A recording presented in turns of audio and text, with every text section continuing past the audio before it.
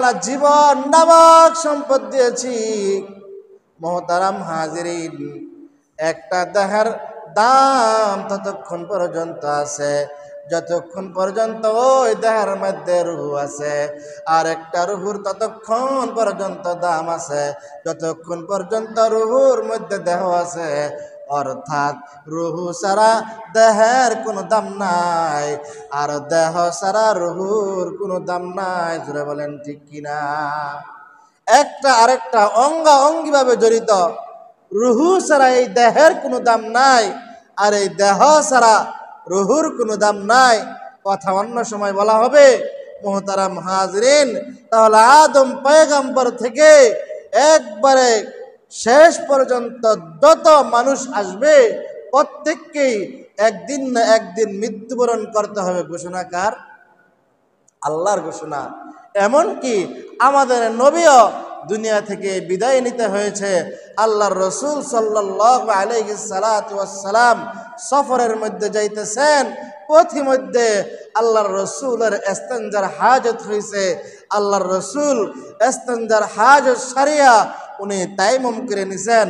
সাহাবায়ে কেরাম রাদিয়াল্লাহু তাআলা আনহু ডাক দিয়া বলেন, ইয়া রাসূলুল্লাহ, ইয়া হাবিবাল্লাহ, আর আধা ঘন্টা হাঁটার পরে তো আমরা পানি পাবো, কিছুক্ষণ পরে আমরা পানির সাথে সাক্ষাৎ হবে। সুতরাং আপনার ওযুর প্রয়োজন, আপনি সেখানে গিয়ে তো ওযু করতে পারতেন, আপনি কি জন্য এখানে তায়াম্মুম করলেন?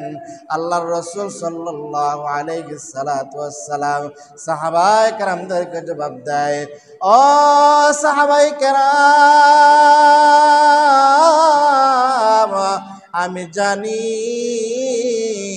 কিছুক্ষণ পরেই আমি পানির সাথে আমার সাক্ষাৎ হবে, কিছুক্ষণ পরে আমি পানি পাবো, কিন্তু আমি যে এখান থেকে আধা ঘন্টা হাঁটিয়া আমি পানির কাছে পৌঁছাবো এই গ্যারান্টি তো আমার নাই। আল্লাহ তাআলা হলেন পবিত্র, আল্লাহ তাআলা হলেন পবিত্র। সুতরাং আমি আল্লাহ রাব্বুল আলামিনের ডাকে সাড়া দিয়া যদি অপবিত্র অবস্থায় আল্লাহ তাআলার সামনে গিয়া দাঁড়ায়, তাহলে আল্লাহ রাব্বুল আলামিন আমাকে বললেন, আল্লাহ রাব্বুল আলামিন আমাকে বলবেন, মুহাম্মদ, অপবিত্র অবস্থায় তুমি কি জন্য এসেছ? এই জন্য আমি মুহাম্মদ, আমার গ্যারান্টি নাই আমি আধা ঘন্টা বাঁচবো কিনা। সুতরাং আমি পানির কাছে যাওয়ার আগে আমার পবিত্রতা, আমি এরকম ভাবে পবিত্রতা গ্রহণ